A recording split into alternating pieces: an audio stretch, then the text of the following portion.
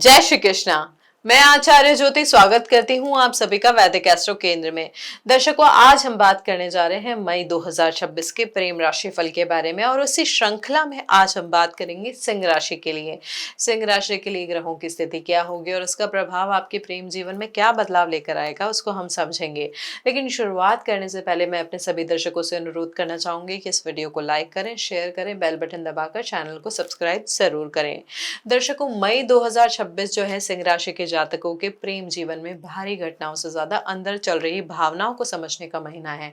यहाँ पर फीलिंग ये होगी कि आप अफेक्शन है, केयर है, प्यार है, लेकिन पूरी तरीके से निश्चित नहीं है, डिसाइड नहीं कर पा रहे हैं दिल किसके साथ जुड़ा है, पर मन जो है बार बार ये पूछ रहा है क्या जिसके साथ भी जुड़ाव है वो सही है या नहीं है, जिसके साथ जुड़ रहा है क्या वो डिसीजन भी सही है या नहीं है। यही इसी तरीके के सवाल जो है पूरे महीने की कहानी आपके लिए लिखेंगे।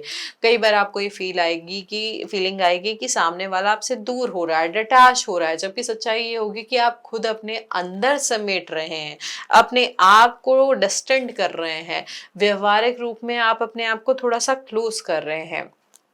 अब देखिए यहाँ पर रीजन क्या है उसको हम समझते हैं ग्रहों की स्थिति के आधार पर। सबसे महत्वपूर्ण चीज है कि आपके लग्न में केतु बैठे हैं, तो आप भावनात्मक रूप से थोड़े अलग थलग ही रहेंगे। आप प्यार करेंगे, केयर भी करेंगे, लेकिन खुलकर जताने में कहीं ना कहीं हिचकिचाएंगे।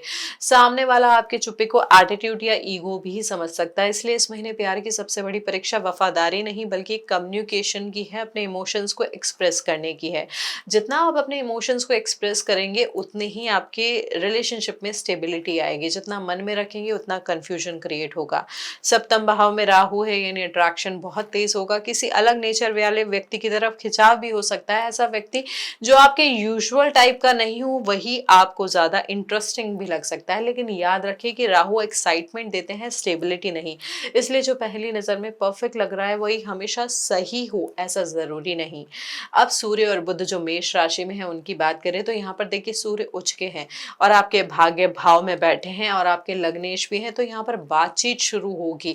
लॉन्ग डिस्टेंस रिलेशनशिप में है उनके लिए यहाँ पर रिकनेक्ट का मौका भी बहुत अच्छा है। यहाँ पर कम्युनिकेशन भी इम्प्रूव होगा और लंबी बातचीत भी चलेगी और इम्प्रूवमेंट स्पेशली जैसे मैंने बताया कि लॉन्ग डिस्टेंस रिलेशनशिप वालों को दिखेगा। लेकिन यहाँ पर महीने के जो शुरुआती 10 दिन है वहां पर आपके मंगल और शनि अष्टम भाव में रहकर इमोशनल टर्बुलेंस दे रहे हैं, ट्रांसफॉर्मेशन दे रहे हैं। छोटी छोटी बातों पे झगड़ा बड़ा भी बन सकता है, पुरानी बातें भी उठ सकती है और शक भी गहरा सकता है। कई लोगों को लगेगा कि पार्टनर कुछ छुपा रहा है बहुत ज्यादा। सच चाहे कुछ भी हो, यहाँ पर रिएक्शन थोड़ा ज्यादा होगा। इसलिए इन 10 दिनों में लिया गया इमोशनल डिसीजन बाद में कहीं ना कहीं रिग्रेट दे सकता है अगर वो डिसीजन इम्पल्सिव होगा। तो यहाँ पर 11 मई को मंगल मेष में आते ही आपकी जो एनर्जी है वो थोड़ी चेंज हो जाएगी। अब आप बातचीत को क्लियर करना चाहेंगे, चीजों को जो जमी हुई चीजें हैं, जो इमोशंस है उनको क्लियर करना चाहेंगे, दूरी कम करने की कोशिश भी करेंगे और रिलेशनशिप में उसकी वजह से मूवमेंट भी आएगा। अगर बातचीत बंद थी तो यहाँ पर वो फिर से शुरू भी हो सकती है। कई लोगों का पैचअप भी हो सकता है इस समय। दिल हल्का भी होने लगेगा क्योंकि मन में दबा हुआ गुस्सा निकलने लगेगा। 14 मई को शुक्र मिथुन में प्रवेश कर जाएंगे। यहाँ पर यह महीने का सबसे अच्छा समय होगा। यहाँ से प्यार दोस्ती जैसा और दोस्ती प्यार जैसा लगने लगेगी। जिन लोगों के बीच सिर्फ कैजुअल बातचीत होती थी उनके लिए फीलिंग्स भी डेवलप हो सकती है। सोशल मीडिया, फ्रेंड सर्कल या म्यूचुअल कनेक्शन से मीनिंगफुल कनेक्शन बनने के योग भी बन रहे हैं। ये इंस्टेंट अट्रैक्शन नहीं देगा बल्कि कंफर्टेबल अटैचमेंट देगा। 15 मई को सूर्य और बुध वृषभ में आ जाएंगे, तो रिश्तों में प्रैक्टिकलिटी को बढ़ाएंगे। बात सिर्फ तो मुझे अच्छे लगते हो तक सीमित नहीं रहेगी बल्कि नेक्स्ट स्टेप क्या है, आगे क्या करना है तक पहुंचेगी। फ्यूचर प्लानिंग, स्टेबिलिटी और फैमिली की चर्चा भी यहाँ पर शुरू हो सकती है।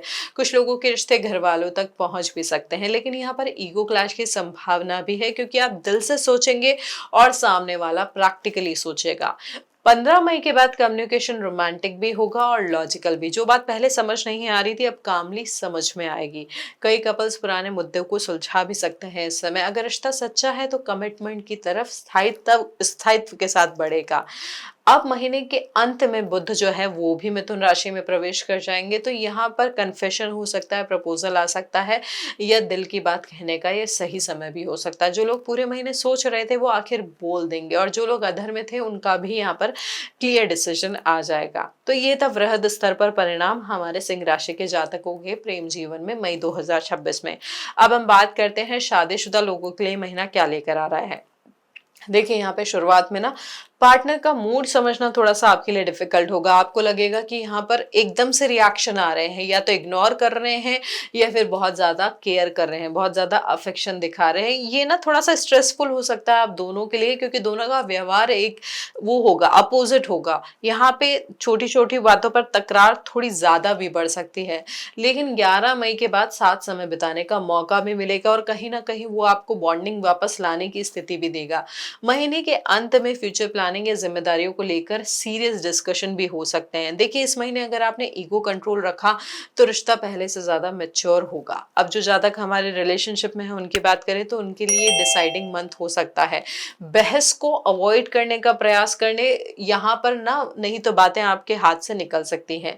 यहाँ पर महीने के उत्तरार्ध में जो मिसअंडरस्टैंडिंग इनिशियल फेज में हुई है महीने की शुरुआत में, वो खत्म हो पाएगी, क्लैरिटी आएगी, या तो कमिटमेंट बढ़ेगा या फिर इमोशनल डिस्टेंस आ जाएगा। रिश्ता कैजुअल नहीं रहेगा, यहाँ पर डिसीजन या डायरेक्शन जरूर लेना होगा।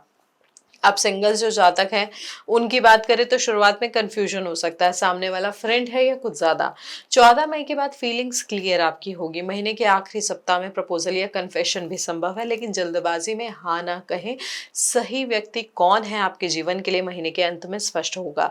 अब सबसे सेंसिटिव मैटर की अगर हम बात करें, तीसरे व्यक्ति का प्रभाव। एग्जिस्टिंग रिलेशनशिप में अगर कोई तीसरा व्यक्ति आता है तो उसका क्या प्रभाव है, और सिंह राशि के जातकों के लिए ऐसा योग किस प्रकार से बन रहा है। देखिए, राहु सप्तम भाव में होने से टेम्पटेशन जो होता है बहुत स्ट्रांग हो जाता है। कोई नया व्यक्ति इमोशनली एक्साइटिंग लग सकता है, खास तौर पे जब एग्जिस्टिंग रिलेशनशिप मोनोटोनस हो गई हो, लेकिन यह स्थायी नहीं होगा।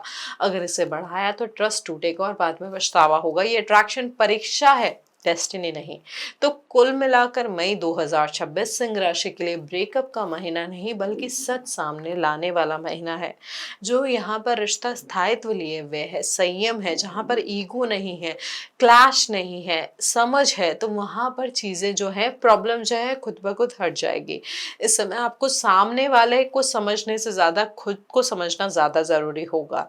आपका दिल साफ रहेगा तो रिश्ता भी साफ रहेगा। उपाय स्वरूप आप क्या कर सकते हैं, क्योंकि सूर्य आपके लग्नेश है, आपके भाग्य भाव में है, उच्च के हैं, तो उनकी ऊर्जा को संतुलन देना आपके लिए सबसे इंपॉर्टेंट है। तो आप सूर्य को अर्घ दे सकते हैं, साथ ही साथ योगा का अभ्यास भी कर सकते हैं, और शुक्र की स्थिति को ठीक करने के लिए, क्योंकि शुक्र आपके दशम भाव के स्वामी भी है और तीसरे भाव के स्वामी भी है, और वो प्रेम जीवन के कारक भी होते हैं। तो आप शुक्रवार को माता लक्ष्मी की आराधना कर सकते हैं, और विवाहित स्त्रियों को सुहाग के सामान का दान भी कर सकते हैं। यहाँ पर एक चीज और आप कर सकते हैं कि दिन में एक बार पार्टनर या पसंद के व्यक्ति की सच्ची में तारीफ करें। उनको एक्चुअली जो आप फील करते हैं वो उनके साथ एक्सप्रेस करें, वो उनको बताएं। इस महीने प्यार आपके दिल में नहीं, आपकी जुबान में सुरक्षित रहेगा। इस बात को समझ के चलें। ये विश्लेषण अगर आपको अच्छा लगा हो तो दर्शकों इस वीडियो को लाइक करें, शेयर करें, बेल बटन दबाकर चैनल को सब्सक्राइब जरूर करें। हरिओम।